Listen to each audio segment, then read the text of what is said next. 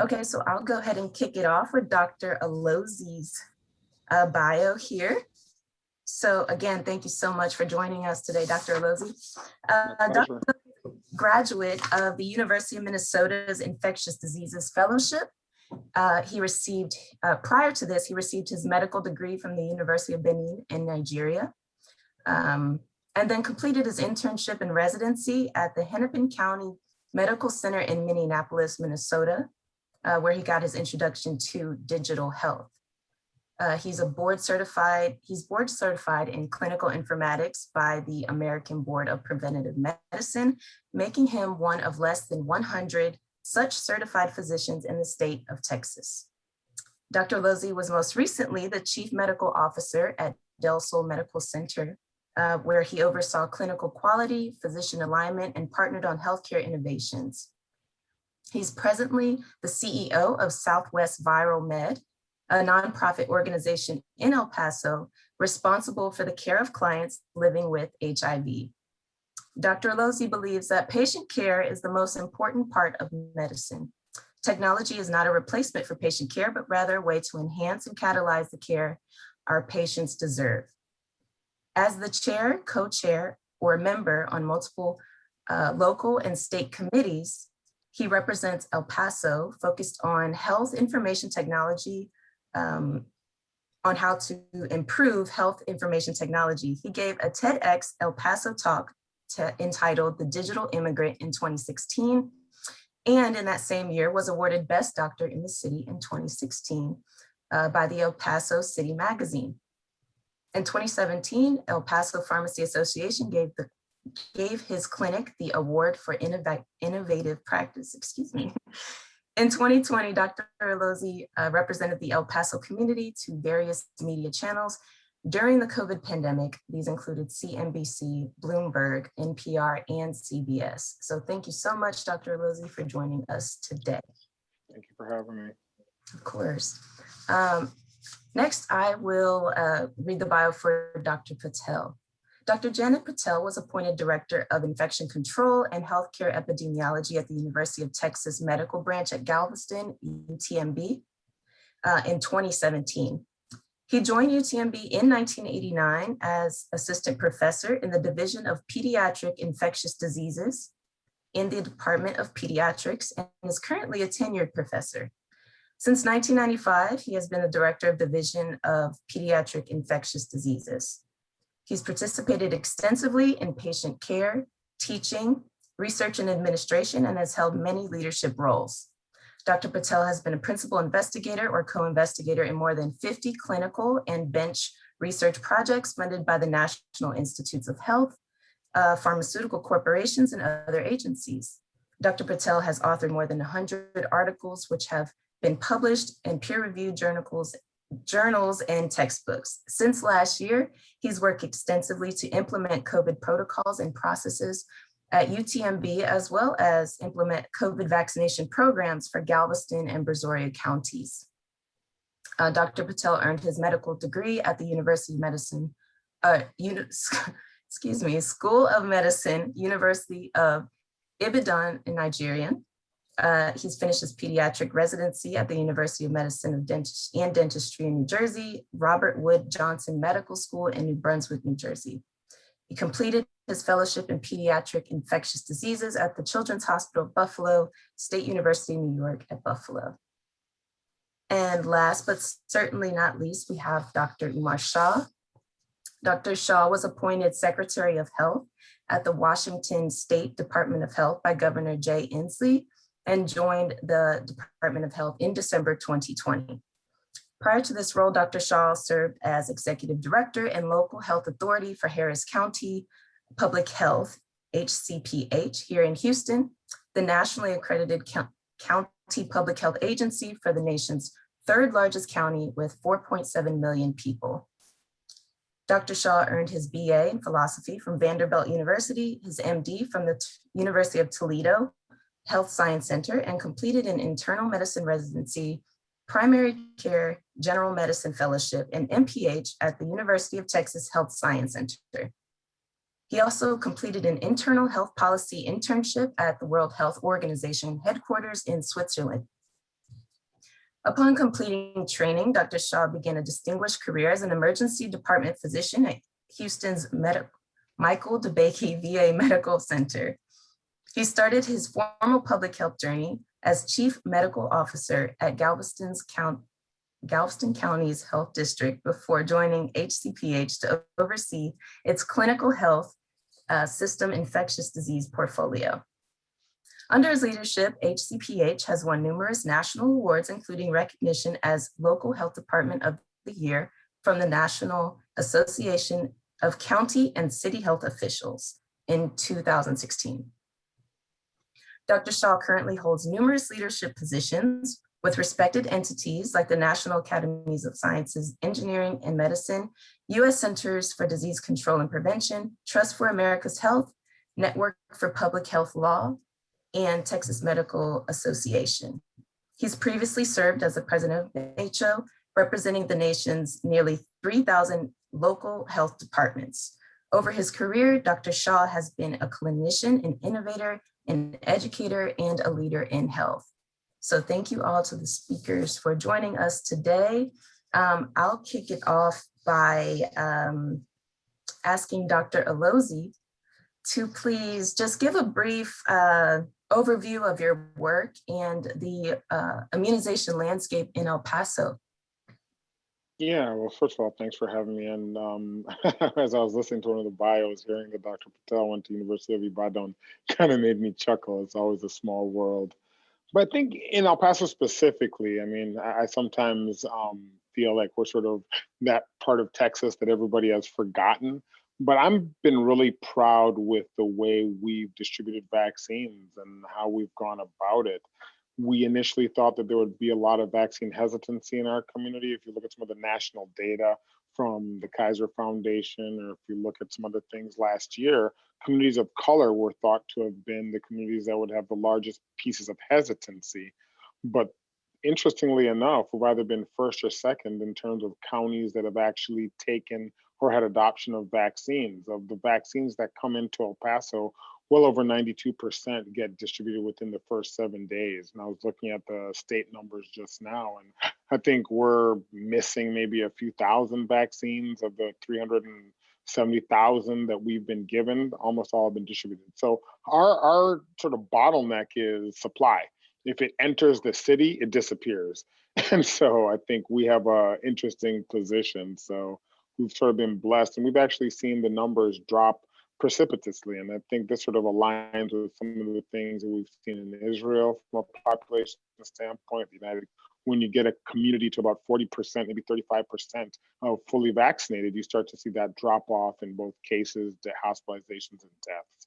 And so really excited about that and what the rest of the year can look like. Yeah, that's amazing. Thank you. How about you, Dr. Patel? Can you tell us about your work and just the landscape for immunizations in the Galveston area? Sure. I mean, Dr. Ogeckika's experience, I think it's mirrored by a lot of places. I do want to actually congratulate his own community for having the highest actually immunization rate. And I do track it because we want to compete, right? So we are actually number 3 or number 4, and we are proud of that, okay? But it is hard to match what they have done. So, you know, we began the vaccination process with phase 1A, which was healthcare workers, right?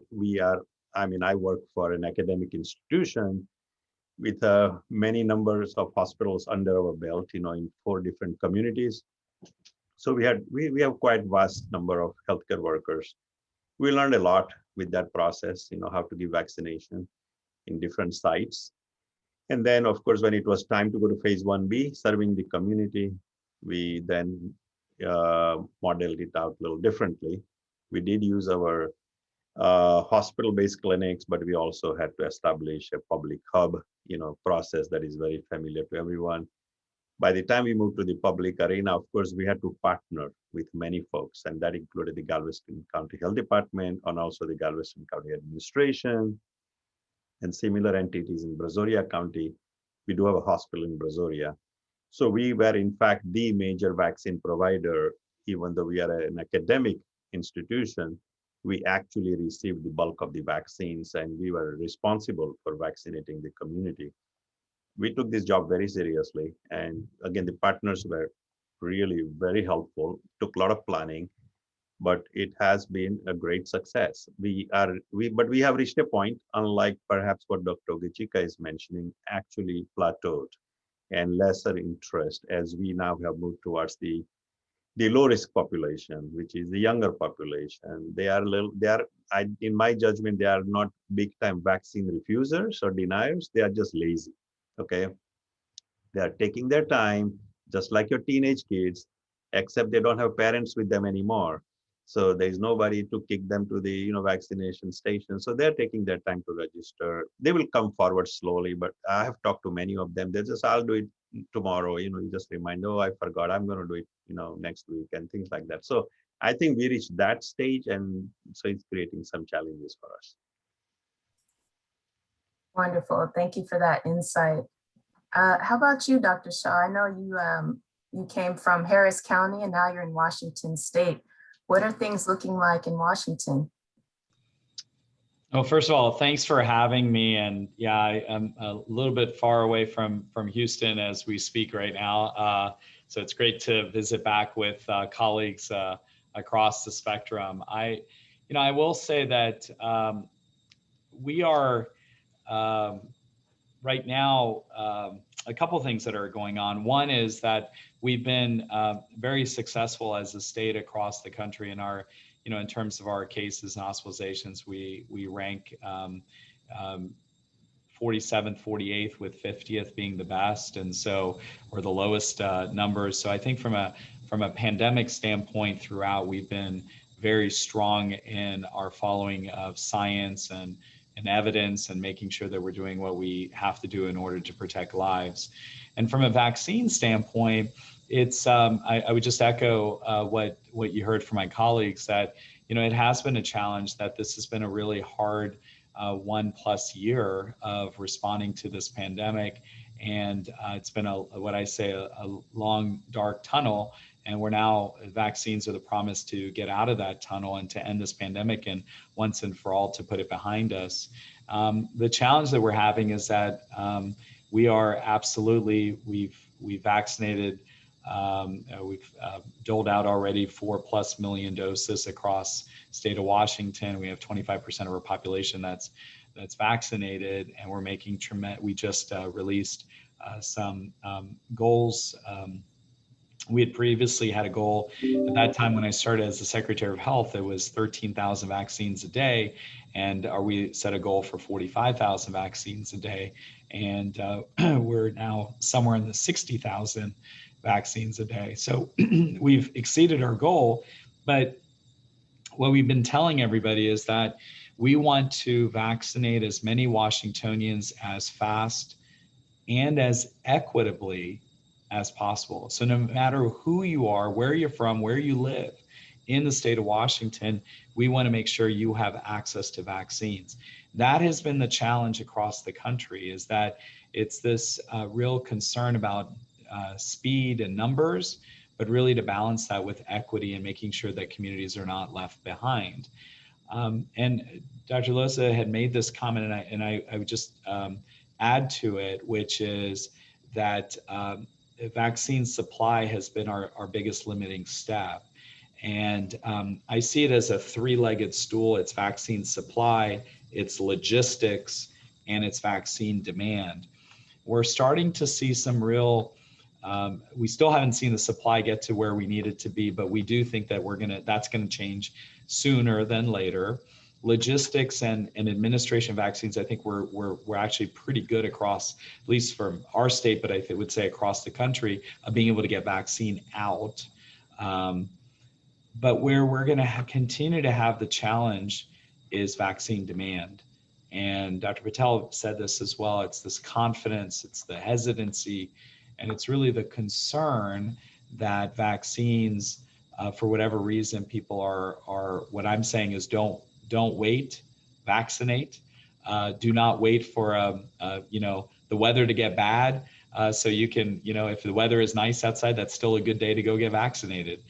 So we want to make sure that people are getting vaccinated. We're doing everything we can to encourage them to get vaccinated. So just adding to what my colleagues have said, that the work for the demand side is going to continue for likely for months to come, and to get us to that last mile is going to be very important that we're working together to make sure that we fight vaccine hesitancy as well as instill vaccine confidence. Yes, absolutely. Thank you for that. I want to open the floor up now for any questions, if anyone has any. I'll give you a second to think. If not, I certainly have some. Okay, so I want to ask Dr. Patel, since you work in the hospitals, you know, with your experience, what are some effective talking points for those who are vaccine hesitant, especially hospital staff? Well, good question. That's a challenge for us. I mean, we were talking about vaccine hesitance in the community, right? Our healthcare workforce, we have learned that is no different than the general community. We would expect a higher level of commitment, but that's barely a little bit higher than the general community, I must say. Actually, before the vaccination program began in mid-December, we did a survey of our own employees about a month before to see if they would take it and what were the reasons they would take it or not take it and who is the role model and all that. We learned a lot, and actually it panned out exactly that way. Okay, so about I would say 60% of people say they would take vaccine, 40% say they did not, and that's where we have arrived at our institution. Okay, and so how do you motivate them? It's a big problem, and it actually will take many steps. I just want to highlight a couple of them.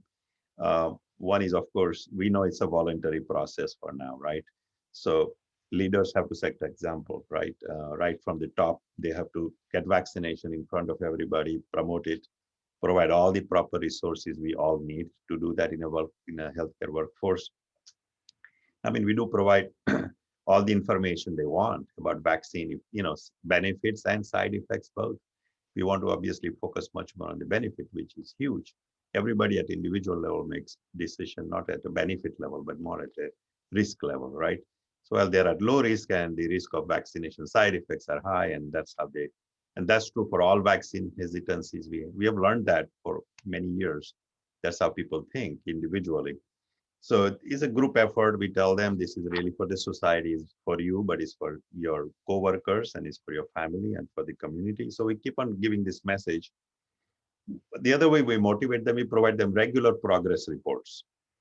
So we have massive emails from our task force. We show them our vaccination rates in the workforce. Then we also show at the same time our infection rates among employees.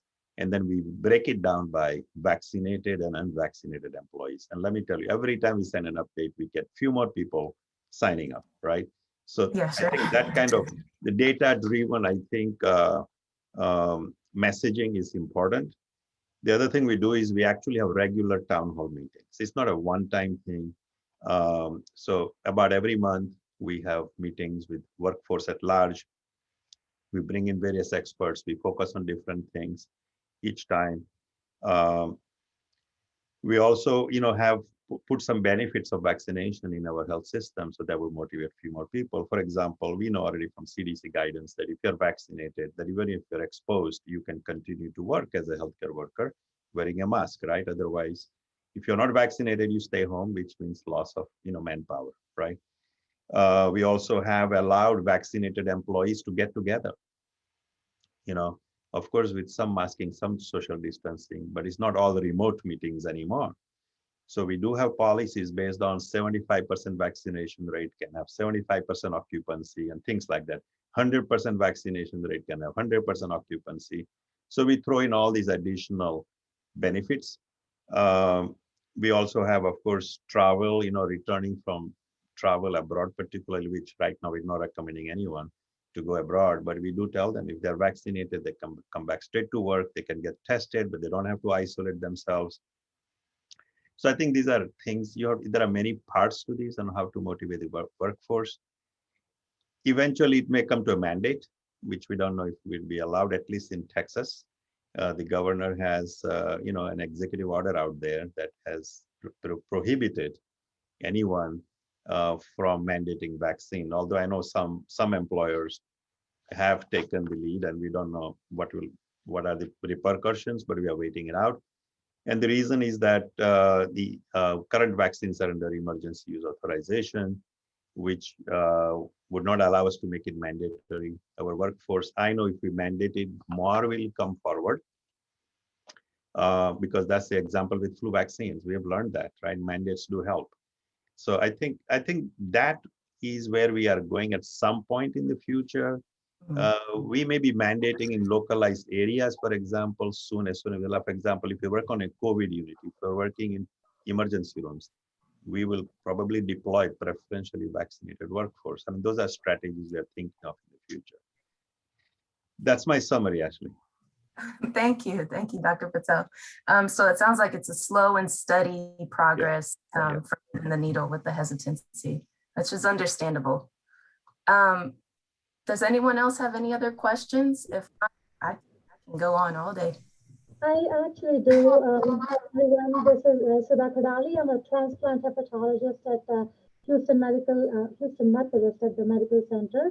I really like the comments that Dr. Patel made. At an institution level, we've done everything that Dr. Patel shared about what they've done at their institution. And we actually have made vaccination or immunization for COVID mandatory for all employees. So it's just going to be interesting to see how that pans out. I think the current employees, most of them are vaccinated anyways, but I think when it comes to recruiting new staff, I have heard that some are not wanting to accept the offer just based on the fact that it's a mandatory vaccination policy here. So I'm just curious as to how that's going to pan out in the next few months, where other institutions may adapt that policy and request or require all people working in healthcare to get vaccinated. I don't know if it was my speaker here, but I could not hear too clearly. Anyway, if there was a question there, Ashley, you can repeat it. Maybe it's an opinion. Thanks to sharing. No question. I heard partly about Methodist experience. Yes, it was just a commentary. Thank you so much.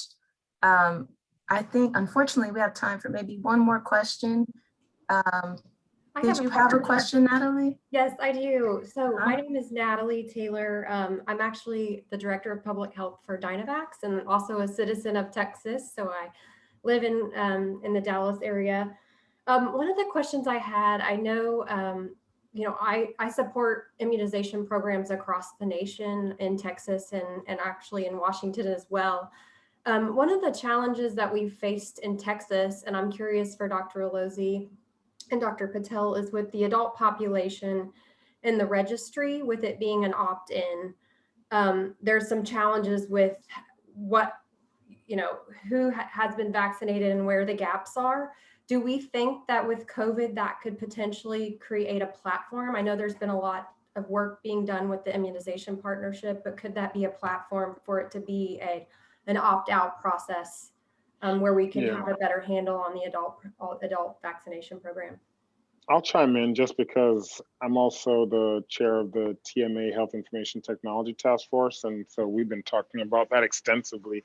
There are actually 2 bills on the floor of the Texas legislature right now that are actually addressing that. One of them specifically asks to change that to an opt-out to make it a lot easier. And the other one is actually getting rid of the whole opt-out versus opt-in language and just letting it happen and then sending people a notification on the back end. So again, I think it's one of those things where Texas historically, I won't say that we've been slow to adoption, but as a TMA heavy state, we've been very concerned about how that could affect the physician and patient relationship, which I think was fair. I think that healthcare technology, something we've been talking about for a while, sort of exploded in the world of COVID, right? A lot of things that were tech driven, good or bad, were pushed to the forefront. I think our immunization registry and IMTRAC was sort of exposed. We need to do some work on it, and that's going to take fiscal price tag for that to happen. But I actually am very positive that we'll get to an opt-out. Awesome. You know, for COVID vaccination, the state has not required any. It's all passive. No consent from the adult person is required. So that has made it easy. But maybe that's a lesson there that would allow us to now move forward with other vaccination. You know, maybe with opt-out process. I think it is forcing that issue because right now all the vaccinations are tracked through ImTrack, right? How many doses did you give? And so it is a required process. It's not even an from the provider perspective, is not an opt-in or opt-out process, it's a required process. And therefore, patients are not asked, our adults when they come in for vaccine, do you want to be in ImTrack? No, we no need to ask. It is going to be provided to ImTrack on a daily basis. Great, thank you so much. Unfortunately, I'm going to have to cut the conversation here, but I want to thank you all for your participation today. Dr. Shah, Dr. Alozie, Dr. Patel, thank you again so much. I know you all are very busy. We really appreciate you guys speaking with us.